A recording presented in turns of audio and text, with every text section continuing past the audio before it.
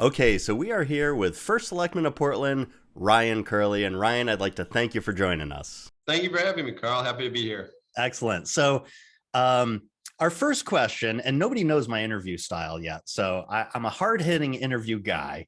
So, my first question, because this is Coffee with Carl, is it's actually a three-parter. One, do you drink coffee? Two, what kind of coffee do you drink, or where's your favorite cup of coffee? And three, how much coffee do you think a human should consume in a day? Okay. Well, I'll tell you, I do drink coffee. I drink I would say a large cup every day. I typically make coffee at my house in the morning, but I do frequent Dunkin' Donuts here in town. I've been, Lily's is great for coffee. I know that. Sarah's on Main. We have plenty of great spots in town for coffee. But usually in the mornings these days, I make coffee and One, I have a big mug at my house, and I finish that, and that's it for the day. I'm not one of those guys that just continually drinks coffee all mm, day. mm. But no, I do enjoy coffee. So When you say my one of those guys, are you implying something like I don't know. I see the mug over the cup over there. So you could be one of those guys. I don't I'm one know. of those guys, man. I love coffee. I'll drink it all day long, and I shouldn't. Okay, so you were the town clerk for how long? 6 years. Okay, and now you're the first selectman, and that's been since November, right? That's Correct. yeah. Yep. So how is it going? I'd say pretty good so far. I mean, it's certainly, I would say a lot different from the clerk's office. The role of a first selectman really it encompasses a lot more than just one department. You're really overseeing many different departments in the town and representing the town in outside organizations as well. And so yeah, it's been busy. I've been enjoying it. There's been a lot going on. We want to continue the progress that's being made here in Portland, but so far so good. And we did just get a new town clerk. I don't know if you heard Saw that that. Michael Tierney in town is our new town clerk, and I've been working with I've known Michael for many years, and he's doing a great job so far, and we're happy to have him at town hall. So I think that is great for town hall to have that department running again, but at full employment. Okay, let me ask you this. How many people per day would you say come into your office to complain, and how do you get them out? Do you have a trap door that just like shoots them through the ground, or No, no. I mean, and everyone's honestly welcome. I have an open door policy here at town hall. I would say that I get a lot of emails, though. The number of emails that I get is significant. So, but no, my door is always open.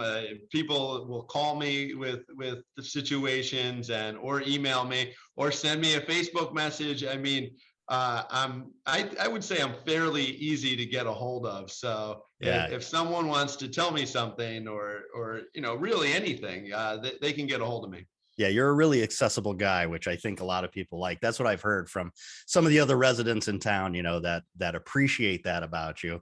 And you can be accessed in lots of different ways. So, I mean, I think that's a double-edged sword for you. I would close myself off and have like guards and everything like that. But so in terms of real estate, something that I often get asked is why should somebody choose Portland over surrounding towns? What would you say to somebody who asked that? Well, certainly, and obviously I'm biased. I did grow up in this town as well, which I think makes me even more biased. I think that we have a lot to offer here in Portland from our school system. We have some amazing schools. We have some wonderful businesses, and we're close to so many things too. We still are able to retain our small town charm, but we're right next to Middletown. We're not far away from Hartford, and even the cities. I think we're halfway between Boston and New York, just about. So we're very well located, and really it's also a community here. So I think we have some amazing people here in town. And I've been blown away. One of the cool things about my job is that I see so many people who really want to make the town a better place, and have their own ways of doing it, whether we have a complete streets group that are focused on improving our roads and sidewalks and crossways. And we have an airline trail group that's working to expand and extend our airline trail here in town. And all of these different groups are community driven. They're people in town that just want to make the town a better place. And I think that says a lot about the community that we live in. So, Portland is a very special place. And I know we have a lot of people that are moving in town or considering moving in town, and we would like to encourage them to do so and welcome everyone. Well, that's a great answer. And I think, in order for people to move into town, we need more houses on the market. So if you could mess up the town somehow, so more people want to move out, I could get more people coming in. I'm just kidding. Don't mess up the town. But I agree with you that is an excellent thing about Portland is the community, because there really is a very vibrant volunteering group of people, in all different respects to the things going on. And it's a great, there really is a sense, and of course I'm biased as well. I grew up there. There really is a true sense of community, I think, in Portland that is hard to replicate in other places. So let me ask you, in terms of the future of Portland, what do you see? What's your vision, or what are your goals? What do you see for the future? Well, I would say right now stability for our water customers in town. So that was something that was an issue that I ran on. That's something that we've been working on currently. And so when you look at some of the business that we've brought into town, and I think we've had a lot of success recently. Most encouraging is the ongoing work at Brainerd Place in town on Route 66. And so there's been talk about ways that we can find our own water source here in town, and that would kind of set the stage. It would give stability for our customers, but it may also end up allowing us to expand water along Route 66, which would help our economic development in town. I still think that is a long-term goal, but the first thing that we need to do is we need to figure out a way to get our own costs in check before we can expand. We need to have a water source. So that's been something that I've been working on, and so it was ongoing. Former First Selectwoman Susan Bransfield had secured a grant from the Department of Public Health, and so we're continuing that work. We're meeting right now with some engineering firms that are potentially will be guiding us through this process. So it's all good stuff, but that's been one of my focuses here. And then we also have a group in town, or I should say our superintendent also has a facilities study and committee going on right now, looking at our schools. There was a report that a few of our schools have some aging issues that happens over time.